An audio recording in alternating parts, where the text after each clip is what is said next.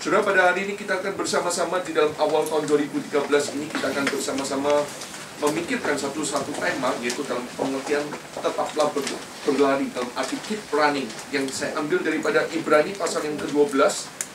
Ibrani pasal yang ke-12 ayat 1 sampai dengan yang ayat 1 saja. Tapi saudara membaca dalam Ibrani pasal yang ke-12 ayat 1 sampai dengan yang ke-4. Kita akan bersama-sama membacakan Ibrani pasal yang ke-12 ayat 1 sampai dengan yang ke-4. Jikalau saudara sudah menemukan, mari kita bersama-sama membacakan secara bertanggapan. Dan saudara membacakan ayat yang genap, saya akan membacakan ayat yang ganjil. Karena kita mempunyai banyak saksi bagaikan awan yang mengelilingi kita, marilah kita menanggalkan semua beban dan dosa yang begitu merintangi kita, dan berlomba dengan tekun dalam perlombaan yang diwajibkan bagi kita. Marilah kita melakukannya dengan mata yang tertuju kepada Yesus, yang memimpin kita dalam iman, dan yang membawa iman kita pada kesempurnaan. Yang jangan mengabaikan kehinaan, tekun memikul salib dan bersikap kita yang disediakan bagi Dia, yang sekarang duduk di Ingatlah selalu akan Dia yang tekun menanggung bantahan yang sehebat itu terhadap dirinya dari pihak orang-orang berdosa, supaya jangan kamu menjadi lemah dan putus asa. Dalam bergumul kamu melawan dosa, kamu berusaha mencucurkan darah. Mari saudara kita sama-sama tundukkan kepala dan kita masuk ke dalam doa. Kami bersyukur ya Tuhan untuk segala kasih setia yang sudah Tuhan limpahkan dalam setiap kehidupan kami. Kami juga bersyukur untuk melalui kesaksian daripada Pak Mokhtar dengan Pak James yang sudah Tuhan berikan satu kesempatan untuk men-sharingkan apa yang sudah menjadi berkat-berkat yang sudah Tuhan limpahkan dalam kehidupan mereka. Mereka dapat juga men-sharingkan dan juga memberikan kesaksian di antara kita semuanya. Biarkan kesaksian ini ya Tuhan dapat membangun dan dapat memberikan kepada kami satu picuan untuk kami dapat menjadi seorang anak muda yang terus mau berjuang di tengah-tengah talenta yang sudah Tuhan percayakan untuk kami kerjakan, dan di tengah-tengah panggilan yang sudah Tuhan juga percayakan untuk kami dapat meresponi segala sesuatunya hanya untuk kemuliaan bagi nama-Mu. Tuhan, kami juga berdoa dan menyerahkan dalam waktu yang singkat ini, kiranya Tuhan sendiri juga beracara di tengah-tengah kami. Tuhan yang terus-menerus menyinari, dan Tuhan yang terus-menerus memberikan kepada kami kesempatan untuk kami hidup diubahkan sesuai dengan maksud dan rencana Bapa yang terjadi. Tuhan, kami juga menyerahkan ke dalam pribadi-Mu ya Tuhan, untuk setiap motivasi dan segala tujuan hidup kami. Biarkan Tuhan yang menilik dan Tuhan yang terus-menerus memberikan kepada kami satu teguran, didikan, dan nasihat supaya kami hidup menyerupai Engkau dan kembali ke dalam panggilan yang seperti apa yang sudah Tuhan tetapkan di dalam setiap kebenaran firman dan ajaran-Mu. Beracara Tuhan dan selidikilah hati kami pribadi demi pribadi, sehingga segala motivasi dan tujuan kami pada waktu kami beribadah, semuanya itu mengagungkan dan memuliakan nama Tuhan. Dan Tuhan yang menjadi hakim di atas segala hakim, yang akan menerangi, yang akan menelanjangi segala perbuatan pribadi kami. Kami serahkan keberadaan diri hamba-Mu yang penuh dengan segala kekurangan, keterbatasan, dan segala kelemahannya, sehingga segala sesuatu apa yang Dia katakan sekiranya dapat menyenangkan dan berkenan sesuai dengan maksud dan rencana Bapa yang terjadi.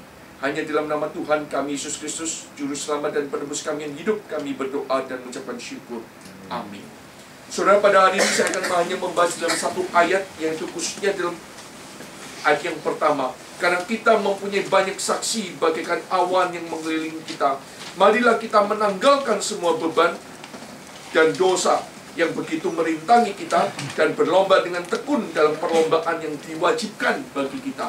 Saudara, ini merupakan satu hal yang harus kita mengerti terlebih dahulu sebelum kita melihat integrasi daripada ayat ini. Yang dikatakan saudara, penulis surat Ibrani ini menggabungkan kedua tema yang sangat besar sekali dalam, khususnya dalam satu pasal ini, dalam pasal yang ke-12. Yaitu tema yang pertama, yaitu mengenai bagaimana tentang seorang olahragawan atau seorang atlet. Dan yang kedua itu adalah soal kewarganegaraan, yang dikatakan saudara dalam pasal 12 ayat 1 sampai dengan 13 itu menggambarkan tentang suatu suasana diibaratkan seperti perlombaan. Tetapi dalam ayat 14 sampai dengan 29 itu adalah penulis menekankan tentang kewarganegaraan negeri surgawi. Sehingga dalam di dalam pikiran para pembaca daripada surat Ibrani ini, kedua tema ini akan berjalan seiring. Karena tidak ada seorang pun yang dapat mengambil bagian dalam pertandingan itu kalau ia bukan warga negara bangsa itu. Yang dikatakan, saudara, tidak ada seorang pun yang dapat mampu menyelesaikan seluruh perlombaannya jika di dalam hal ini panggilannya di dalam satu hal apa yang sudah Tuhan percayakan itu tidak jelas dia pahami, tidak jelas dia meresponi, dan dia tidak jelas mengerti identitas pribadinya. Yang tadi saudara sudah mendengarkan daripada kesaksian Pak Mokhtar dengan Pak James, yaitu bagaimana melihat pribadi, identitas, yaitu tentang satu talenta yang sudah Tuhan percayakan, dan dalam satu panggilan itu yang menjadikan satu hal respon di dalam pengertian secara tidak langsung dalam surat Ibrani ini. Maka orang Yunani maupun orang Romawi ini saudara sangat tertarik sekali dalam satu hal tentang pertandingan atau tentang perlombaan, khususnya dalam dunia atletik. Bukan hanya saudara, bagi mereka itu seorang atlet, seorang yang atletik itu bukan seorang yang wah saja, tetapi bagi mereka saudara, bukan hanya untuk kesejahteraan fisik mereka saja, tetapi seorang atletik itu merupakan satu kehormatan bagi suatu kota, bagi suatu negara yang mereka sudah perjuangkan. Jadi menjadi atlet yang terbaik, membawa kemuliaan kepada negara, merupakan satu hal yang dipandang bagi dunia Yunani maupun dunia Romawi itu adalah seorang yang disambut dengan seorang yang disebut dalam tanda kutip adalah seorang yang patriotik, saudara, seorang yang mempunyai hal kepahlawanan ini. Maka di dalam hal ini, saudara, mari kita bersama-sama merenungkan dalam satu ayat ini saja dalam pembukaan tahun 2013 ini. Bagaimana saudara dipesankan bahwa kita yang pertama kali itu adalah kita berani untuk menanggalkan semua beban. Ini merupakan satu hal semangat kita dalam awal tahun 2013 ini. Menanggalkan semua beban. Banyak saksi bagaikan awan yang mengelilingi. Saudara, itu merupakan satu kalimat yang dikatakan saksi-saksi itu adalah saksi yang diperkenalkan kepada kita, khususnya dalam pasal yang ke-11. Mereka disebut adalah pahlawan iman, di mana mereka diperhadapkan dalam situasi dan pergumulan yang berbeda satu sama lainnya. Tetapi saudara, mereka itu menunjukkan suatu teladan yang begitu besar, menunjukkan satu teladan yang begitu indah adanya, yaitu mereka bagaimana mereka mempertahankan iman kepercayaan mereka. Mereka dapat menyelesaikan seluruh jalannya perlombaan tersebut. Bagaimana saudara, pasal 11 itu sudah mendahului. Bahkan dikatakan dalam pasal yang 11 itu pahlawan-pahlawan iman itu disebutkan dari Habel, dari Henok, kemudian dari Abraham, sampai dengan tokoh-tokoh yang lain yang disebutkan. Maka di dalam hal ini kita dapat melihat bagaimana mereka sudah menyelesaikan dari apa yang sudah mereka kerjakan. Itu justru mendorong, justru memperingatkan kita agar semua kita di antara kita sebagai orang yang beriman tidak mudah jatuh. Tetapi dalam pengertian ini saudara, realitas sebenarnya orang Kristen secara jujur, kalau kita berani melihat kehidupan kita hari ini, kita ini sedang diperhadapkan dalam perlombaan di tengah-tengah dunia ini. Yang dikatakan dalam satu kalimat, bagaimana seorang yang hidup itu bukan sekedar hanya menikmati, tetapi dia hidup, tapi dapat melihat dalam satu visi yang sudah Tuhan percayakan, yang sudah Tuhan lihat, baik dalam dunia profesi saudara, itu seorang yang benar-benar dikatakan man of vision itu, dia mengerjakan, tetapi apa yang dikerjakan itu suatu hal yang jauh sebelum orang lain mengerjakan, dia sudah dapat melihatnya. Ini merupakan satu hal yang diperingatkan kepada kita.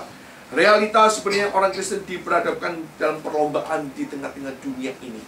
Dalam perlombaan di tengah-tengah dunia ini, saudara, bagaimana kalau kita sudah pernah mendengarkan, saya sudah pernah menyampaikan, waktu China ingin mempersiapkan dalam Olimpiade Beijing 2008, dia harus mendisiplin seluruh daripada para atletiknya. Itu hampir 2 tahun di karantina, dan tidak ada handphone, dan tidak ada suasana atau fasilitas wadah untuk mereka dapat berkomunikasi dengan dunia luar. Tetapi benar-benar difokuskan, mereka difokuskan, dipusatkan pikiran mereka, disiplin mereka hanya untuk mengejar sesuatu perlombaan itu sampai mereka menjadi number 1. Saudara, itu merupakan satu hal yang tidak mudah. Karena sekarang hari ini anak muda begitu dirampas handphonenya, sudah mulai gerah, saudara, mulai resah, mulai tidak bisa hidup tanpa handphone. Tapi justru di dalam hal ini mereka yang terpilih menjadi seorang atletik ini, mereka betul-betul didisiplin. Mereka dipersiapkan untuk melihat lawan-lawan mereka. Perlombaan itu yang mereka harus kaji ulang. Mereka mengamati, mereka mempelajari. Ini merupakan satu hal yang tidak mudah. Maka seorang yang berani mengerjakan segala sesuatunya, bukan hanya mengerjakan dengan menikmati saja, tetapi dia melihat dalam dunia yang akan datang. Maka di sini saudara, kita dapat melihat bagaimana kita menjadi orang yang beriman. Di sana sama sekali tidak dikatakan bahwa sekarang orang-orang beriman yang dalam pasal yang ke-11 itu sedang memandang kita dari surga. Tidak, saudara. Ini dikatakan dalam hal ini, sementara bagaimana anggapan kita. Pasal 11 sudah lewat, pasal 12. Pasal 11 itu bukan menunjukkan bahwa mereka sekarang di surga itu sedang Allah sudah melihatnya tuh, wah enak ya, bagaimana kehidupan generasi selanjutnya. Tidak, saudara. Tetapi di dalam hal ini dikatakan bahwa bukan mereka menjadi penonton yang sedang duduk di sebuah stadion menikmati keberadaan diri kita yang hari ini masih hidup yang sedang berlomba. Tidak. Tetapi kata saksi di sini tidak berarti menonton, saudara. Kata saksi ini bahwa dikatakan orang-orang itu bukan sedang menyaksikan apa yang sedang kita lakukan, melainkan mereka sedang memberi kesaksian kepada kita bahwa Allah itu dapat menolong kita agar kita bisa sampai kepada tujuan. Allah itu dapat memberi kesaksian kepada mereka, sekaligus memberikan satu teladan, memberikan satu fakta dan realita bahwa segala sesuatunya, apa yang sudah aku kerjakan bahkan sampai pada hari ini, itu membuktikan Allah yang benar-benar memampukan, Allah yang benar-benar akan menyatakan kuasa, kekuatan, sampai engkau dimampukan dari pasif diaktifkan dapat menyelesaikan perlombaan ini. Itu tidak mudah, saudara. Maka dalam pengertian dalam kata saksi ini, kenapa dimulai dengan kata saksi? Dikatakan di dalam hal ini, itulah yang memberitahukan, mengingatkan, juga mengkonfirmasi tentang apa yang sudah mereka kerjakan sampai detik hari ini. Itu, saudara, realita yang sedang terjadi, bahwa Allah yang dapat memampukan, Allah yang dapat menyelesaikan segala perlombaan yang sedang kita kerjakan pada hari ini. Maka dikatakan tidak ada seorang pun yang akan bangga bahwa segala sesuatunya dirinya yang paling hebat, dirinya yang paling dapat mengerjakan segala sesuatunya. Tidak, saudara. Yang dikatakan, saudara, pasti suatu saat saudara akan mengerti setiap panggilan hidup saudara bukan sekedar hanya menikmati, tetapi harus mengerjakan segala suatu talenta yang sudah Tuhan berikan, yang sudah Tuhan percayakan, untuk saudara meresponi panggilan yang di dalam kehidupan yang sudah Tuhan nyatakan.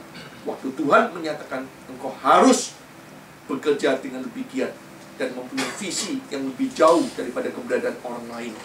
Maka dalam pengertian ini, saudara, dalam pengertian selanjutnya, kenapa pertama kali menanggalkan beban? Para atlet, saudara, biasanya itu memakai beban waktu latihan untuk menolong mereka mempersiapkan diri untuk menghadapi pertandingan. Dikatakan kalau orang tidak ada beban, tidak akan ada kemajuan.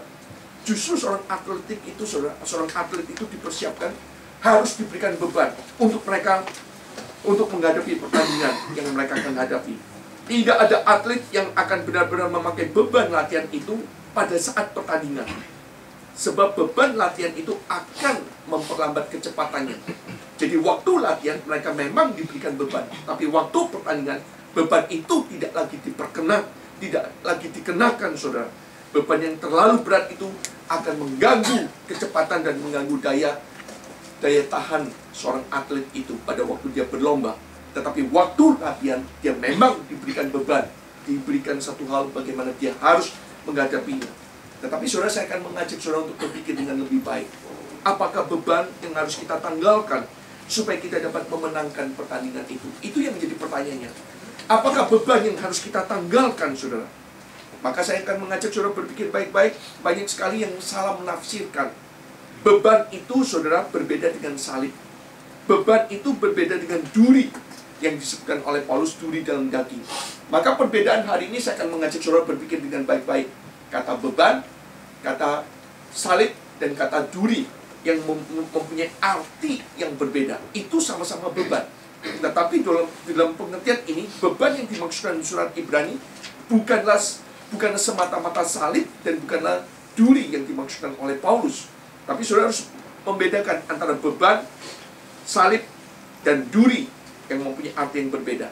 Saya akan mulai mengajak saudara untuk berbicara soal salib dulu. Karena salib merupakan satu bagian sentral daripada panggilan hidup kita. Seorang yang mau mengikut Yesus, Tuhan mengatakan, come and follow me.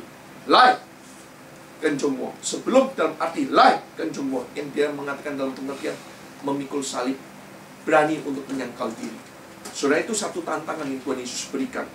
Maka salib ini menunjukkan seseorang oleh karena kebenaran firman Tuhan, rela menanggung segala penderitaan.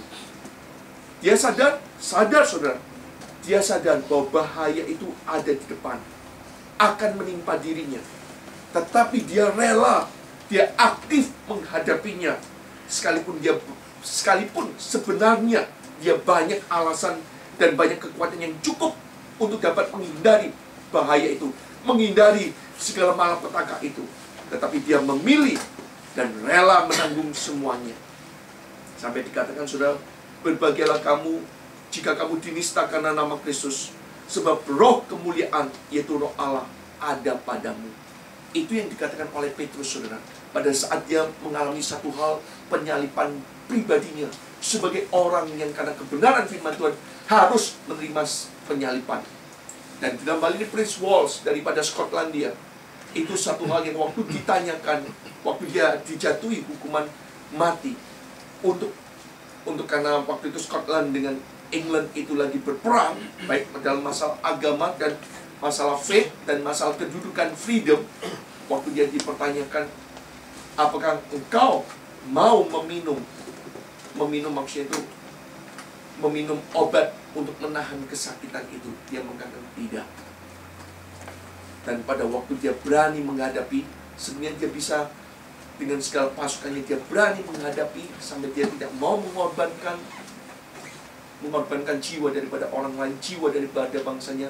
Dia akhirnya berkorban, saudara. Waktu korban disalibkan itu, waktu dia disobek dari dekat ini kakinya, selangkangan itu dimasukkan pisau dan kemudian ditarik sampai ke atas, dia hanya berteriak freedom. Saudara, sehingga di dalam hal ini itu merupakan satu hal yang dikatakan, berbahagialah kamu jika kamu dinista karena nama Kristus, sebab roh kemuliaan, yaitu roh Allah, ada padamu. Itu adalah satu hal panggilan mengenai konsep beban dan arti salib. Tetapi bagaimana dengan duri, saudara? Duri dikatakan, saudara, menunjukkan suatu penderitaan dan kesusahan yang Tuhan berikan kepada seseorang. Baik seorang itu rela maupun tidak rela, duri itu tidak dapat dihindari, saudara. Duri itu tetap dinyatakan. Duri itu ada di dalam tubuhnya, baik di mata Tuhan maupun di mata orang yang bersangkutan. Seperti Paulus pada waktu dia memohon kepada Tuhan 3 kali agar supaya duri dalam dagingnya itu, duri dalam tubuhnya itu diambil, tapi Tuhan tidak izinkan, Tuhan tidak perkenankan. Karena kenapa, saudara? Supaya Paulus itu mengerti panggilannya dan tidak menyombongkan dirinya.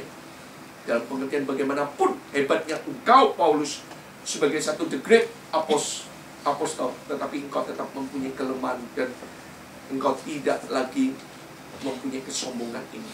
Maka kata duri ini dalam pengertian menyampaikan ide mengenai kesakitan, kesukaran, penderitaan, penghinaan, kelemahan fisik, tetapi bukan pencobaan untuk berbuat dosa. Maka dalam surat daripada Paulus dalam Galatia pasal yang keempat, mari kita bersama-sama membukanya. Galatia pasal yang keempat, di dalam ayat 13 sampai dengan 14. Di situ, saudara, dikatakan dalam Galatia pasal yang keempat, ayat 13 sampai dengan 14. Saya akan membacakan. Kamu tahu bahwa aku pertama kali telah memberitakan Injil kepadamu oleh karena aku sakit pada tubuhku. Sungguh pun demikian keadaan tubuhku itu, yang merupakan pencobaan bagi kamu, namun kamu tidak menganggapnya sebagai sesuatu yang hina dan yang menjijikan. Tapi kamu telah menyambut aku sama seperti menyambut seorang malaikat Allah, malah sama seperti menyambut Kristus Yesus sendiri. Maka itu satu kalimat yang dikatakan dalam keberadaan duri dalam daging itu, sepertinya, saudara, kesakitan, kesukaran, penderitaan, penghinaan, dan kelemahan fisik. Tetapi, saudara, di dalam hal ini kenapa Paulus mengatakan sebaliknya? Waktu dia mengatakan mengenai duri dalam tubuhnya, itu merupakan satu beban juga dalam pribadinya. Tetapi dikatakan beban yang dimaksudkan dalam Ibrani ini berbeda dengan sudut kacamata daripada Paulus. Yang dikatakan, Paulus mengatakan duri ini, dia justru mengatakan, sebab itu terlebih suka aku bermegah atas kelemahanku, supaya kuasa Kristus turun menaungi aku. Ini merupakan satu konsep paradoks. Di tengah-tengah duri dalam daging yang Tuhan berikan, rela maupun tidak rela, maupun mau tidak mau, harus mau dan rela, karena itu satu hal kalau Tuhan sudah menetapkan, tidak ada seorang pun yang dapat mengganggu gugat. Maka saudara, di dalam pengertian ini, justru kita bersyukur kalau ada duri dalam daging kita, ada duri dalam tubuh kita. Kenapa? Karena kita diingatkan, dengan adanya duri itu kita tahu kelemahan kita, arogansi kita, dan kita tahu ada satu signal atau tanda kita harus berjuang. Orang hidup harus berjuang, apalagi yang masih muda. Kalau tidak mau berjuang, saudara, itu anak muda yang tidak ada prospeknya, tidak ada masa depannya. Kalau anak muda yang terus-menerus hanya mau menikmati, yang hanya mau disediakan semuanya, saya mengatakan, saudara, tidak akan mempunyai masa depan yang cerah. Sekalipun dia bisa hidup, tetapi dia hanya hidup menikmati saja. Saya memberikan satu ilustrasi yang sangat baik sekali. Tapi ilustrasi ini meskipun agak sedikit mempunyai satu dunia, saya mengatakan dalam dunia Walt Disney, tetapi dalam pengertian ini memberikan sentilan kepada kita. Suatu kali, saudara, ada satu jam yang besar, saudara. Jam itu besar sekali di sudut ruangan. Sudah generasi ketiga, saudara. Sampai akhirnya jam yang tua ini kemudian setiap paginya, setiap harinya harus ditarik dari atas. Satu bandulannya itu besar sekali, berat, ditarik, kemudian jam itu bisa dalam 1 hari sampai 2 hari dia berjalan. Suatu kali, saudara, jam yang tua yang besar ini kemudian sudah ditinggalkan oleh tuannya dan kemudian dijual kepada seorang pemilik baru. Tetapi pemilik baru ini kemudian memindahkan jam yang besar ini, saudara, yang sudah 3 generasi ini kemudian dipindahkan ke dalam rumahnya. Dan dia melihat jam ini kasihan karena setiap kali harus ditarik dari atas, beban yang begitu berat, sehingga dia jalannya itu dia merasa itu sangat kasihan. Bebannya itu, bandulnya itu besarnya bukan main. Maka di dalam pengertian ini, saudara, kata pemilik yang baru ini mengatakan menyedihkan sekali. Maka di dalam pengertian itu, saudara, pemilik yang baru ini mengambil satu inisiatif. Bagaimana kalau beban ini aku tanggalkan, supaya jam tua ini agak ringan sejenak. Saudara, pada waktu dia ambil itu beban yang begitu berat, sejak saat itu dikatakan seketika itu juga jam itu tidak berdetak lagi. Maka kata jam yang tua ini bertanya kepada pemilik yang muda, yang baru ini, mengapa engkau melakukan hal ini? Maka jawab pemilik ini, saudara, saya ingin meringankan bebanmu. Maka jam yang tua ini mengatakan, tolong kembalikan bebanku ini, sebab beban itu yang membuatku tetap bekerja. Saudara, dalam pengertian ini, kebanyakan orang mencari cara yang paling mudah untuk menempuh kehidupan ini. Mereka berpikir jika mereka tidak mempunyai beban apapun, mereka dapat menjalani hidup dengan senang, hidup dengan penuh kemenangan. Mereka tidak menyadari, saudara, bahwa Allah seringkali memelihara kerohanian diri kita dengan beban-beban yang terasa sangat berat, yang mungkin akan meruntuhkan, yang mungkin akan membuat kita itu tidak dapat berdiri lagi. Mungkin.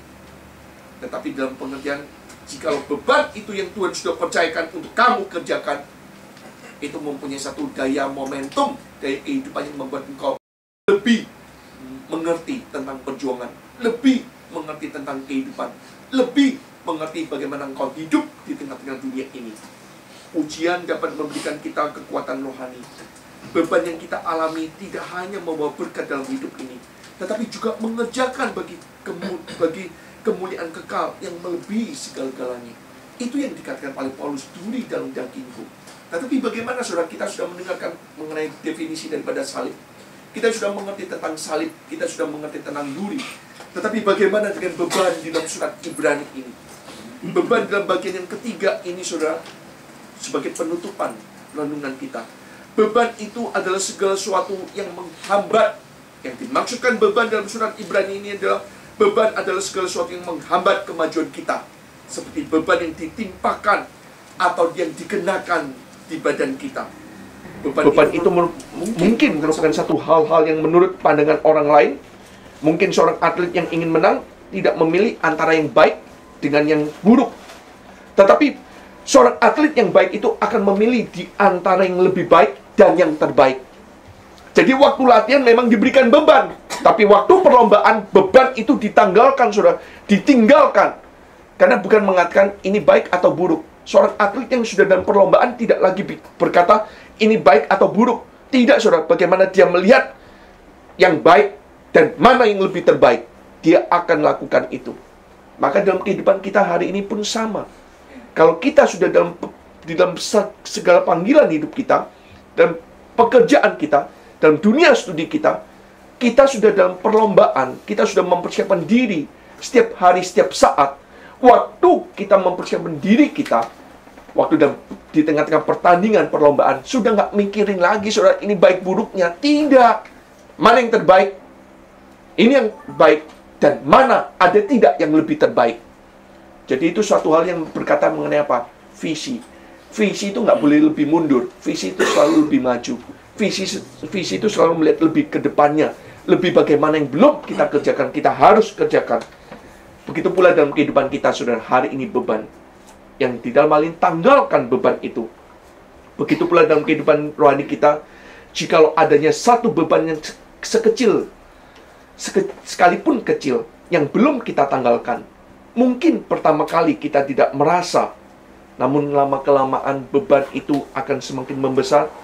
Dengan berjalannya waktu, maka beban itu akan membebani diri kita. Maka dari itu, saudara, marilah sejak dini hari kita harus belajar menanggalkan segala beban itu. Ini merupakan satu hal yang perlu kita kaji ulang. Dalam arti tanggalkan beban itu. Dan perkataan daripada Ibrani yang kedua, kita juga harus menanggalkan dosa yang begitu merintangi kita. Ini satu kalimat yang baik, yaitu menanggalkan dosa yang begitu merintangi kita. Karena penulis Ibrani tidak menyebutkan salah satu dosa tertentu yang dimaksudkan mungkin. Tapi apa spesifiknya, dosa apa yang diperbuat, dosa apa yang perlu yang merintangi pribadinya. Tidak disebutkan dengan begitu jelas. Tapi mungkin tidak. Dosa karena ketidakpercayaan. Ketidakpercayaanlah yang menghambat seluruh daripada bangsa pilihan orang Israel sehingga tidak dapat masuk ke dalam tanah perjanjian. Itu kenapa, saudara? Karena ketidakpercayaan. Ketidakpercayaan itu pula lah yang menghambat kita sehingga kita tidak dapat masuk ke dalam warisan rohani kita di dalam Kristus. Seringkali kita menjadi orang yang setengah-setengah percaya. Orang Kristen kalau nggak diperhadapkan dalam satu hal kesengsaraan, kesempitan, dia nggak pernah mengerti tentang arti iman. Saudara, kita bersyukur. Saya selalu mengatakan, kalau hari ini, saudara, kebaktian di Indonesia, di Taiwan itu dengan begitu leluasannya, dengan begitu bebasnya. Tapi, saudara, di China itu tidak begitu bebas. Di lain pihak, fenomena mengatakan ada religion freedom. Tapi di realitanya dan faktanya, religion freedom itu tetap di dalam kontrol daripada pemerintah.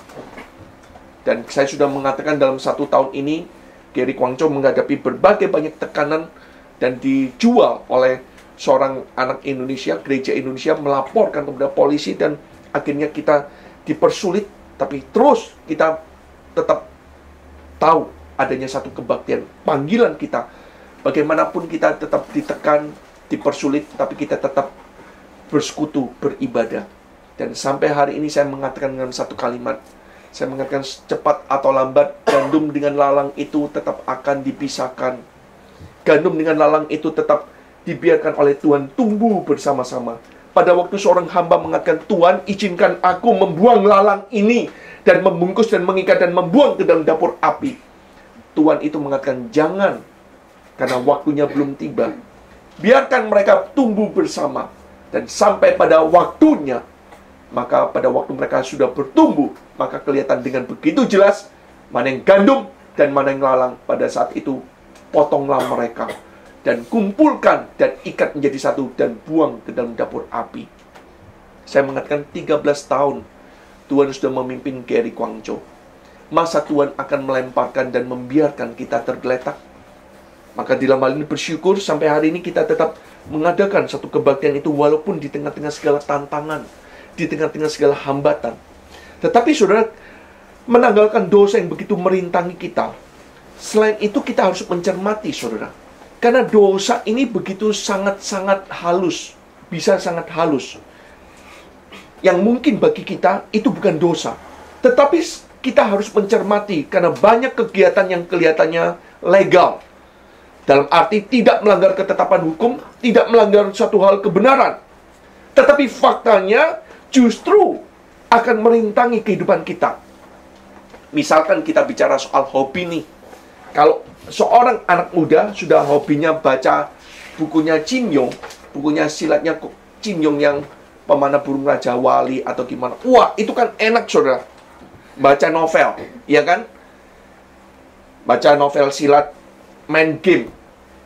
Suka bercanda terus, nggak pernah serius.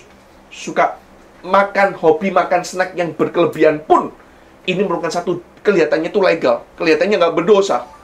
Tetapi saudara, kalau kita pikirkan dengan begitu cermat, sampai seorang teolog mengatakan, dari hal yang paling terkecil pun, kalau kamu mencermati, dari kebiasaanmu, jika engkau tidak pernah menyadari.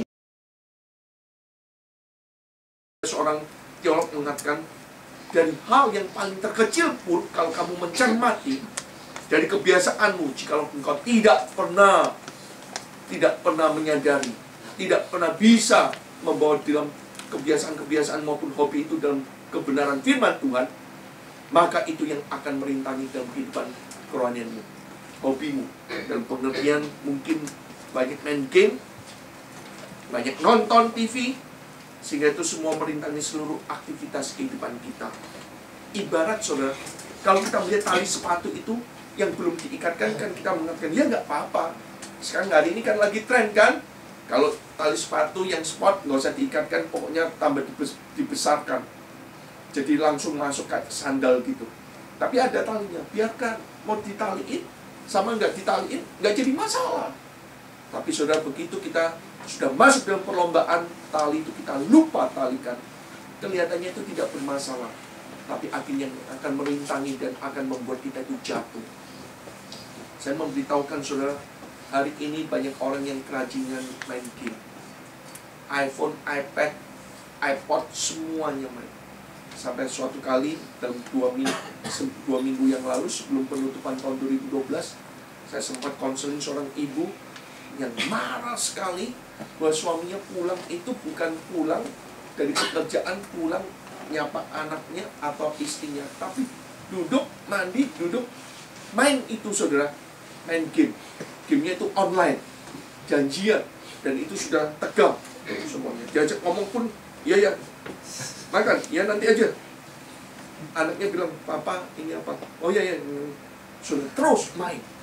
Malam mau tidur pun di tempat tidur, istrinya tidur, dia masih main. Saudara, sehingga di dalam ini itu yang akan merintang segala komunikasi dalam kehidupan kita dan sosial kita, di dalam kehidupan dengan keluarga kita, anak kita, orang lain, semuanya berantakan. Saudara, itu kelihatan legal. Salah tidak dia? Enggak loh, itu miliknya dia, itu haknya dia. Tapi justru di dalam hal ini, itulah yang menjadikan satu beban dan dosa yang begitu merintangi kita. Dan yang ketiga, saudara, panggilan hidup kita bagaimana juga kita dikatakan tekun, dalam pengertian tekun dan berlomba dengan tekun dalam perlombaan yang diwajibkan kita. Tekun ini dalam arti menanggalkan beban dosa yang merintangi, itu adalah pekerjaan yang setiap hari harus kita kerjakan. Jadi menanggalkan semua beban, menanggalkan semua dosa yang merintangi diri kita, itu adalah merupakan satu pekerjaan yang setiap hari harus kita kerjakan. Tetapi bukanlah suatu pekerjaan yang tiba-tiba bisa dikerjakan, saudara, atau sekali dikerjakan. Seperti seorang pelari, tidak mungkin dia bisa berlari dengan begitu cepat, dengan stamina yang prima, dengan nafas yang begitu panjang, nafas yang stabil, tapi tanpa adanya ketekunan berlatih setiap harinya sebelum menghadapi perlombaan. Itu nggak mungkin, saudara. Karena kata tekun ini merupakan satu hal pekerjaan dalam arti menanggalkan beban dan menanggalkan dosa yang merintangi kita. Itu adalah pekerjaanmu setiap hari. Pekerjaanmu setiap hari, tetapi bukan berarti bisa dilakukan hanya cuma sekali langsung bisa. Nggak mungkin, saudara. Seperti orang yang berlari. Orang yang nggak pernah berlari. Saya waktu di Shanghai sama Charles, anak dari ibu ini, saya lihat luar biasa ini larinya. Lari terus. Dia bisa nggak ngos-ngosan, saudara. Lari terus. Saya lari udah sampai berhenti kayak anjing yang kehabisan nafas, saudara. Dia langsung enak sambil dengerin Walkman sambil lari, jogging. Saya bilang, kamu ngatur nafasnya gimana? Oh Pak, yang pertama kali yang ngos-ngosan Pak, tapi ini setiap hari saya latihan lari. Di situ saudara membuat kita itu kembali sadar. Kata tekun ini, tekun dalam bahasa Chinese, saudara, itu merupakan satu hal yang indah sekali. Renai, rennya itu kan ikat tau. Taunya itu kan kalau saudara lihat taunya itu seperti tau yang di sekarang ini tulisan itu dipakai oleh orang-orang samurai, dalam pengertian orang-orang yang bermain samurai yang profesional. Itu taunya itu yang betul-betul bukan tau biasa.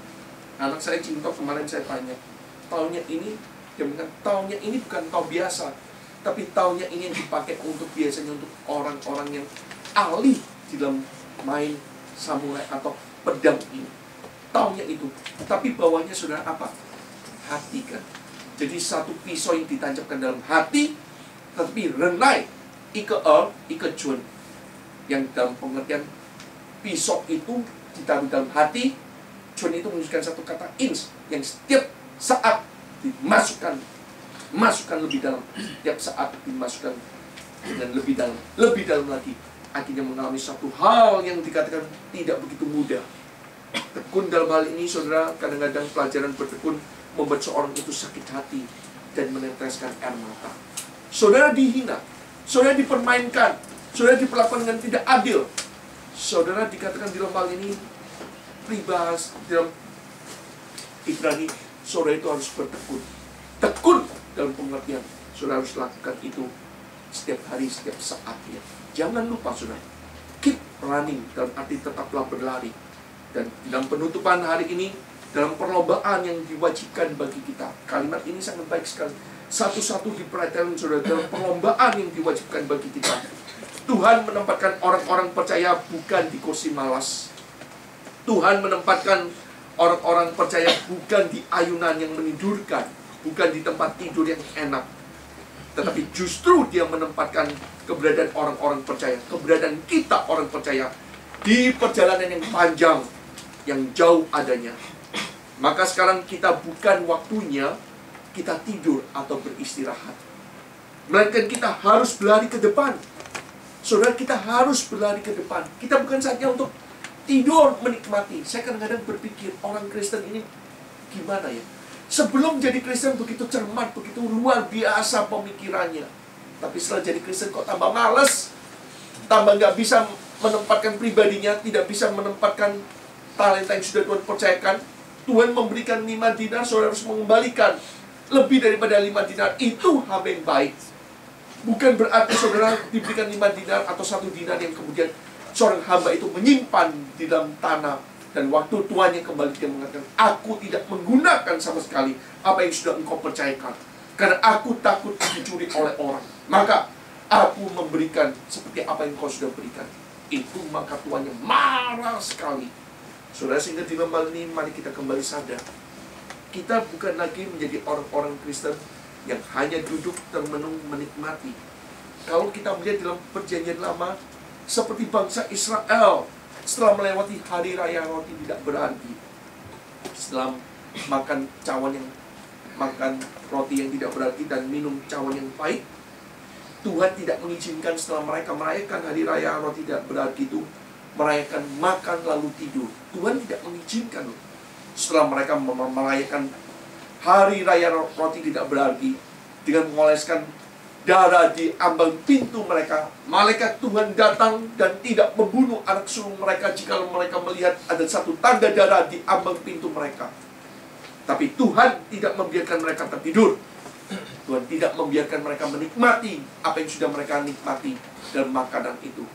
Tapi mereka harus mempunyai kesiapan hati, berjalan menempuh perjalanan yang jauh sekali. Saudara, sama halnya dengan kerohanian orang Kristen hari ini yang diibaratkan seperti menaiki sepeda. Saudara jangan bicara soal lari, naik sepeda. Sepeda itu saudara dibutuhkan kestabilan dalam mengayun. Kalau saudara dalam kestabilan kamu tidak ada kestabilan dalam mengayun, saudara itu akan jatuh. Dan kalau saudara sudah stabil dalam mengayun sepeda itu sudah tahu, kamu tidak boleh terus melihat stang sepeda.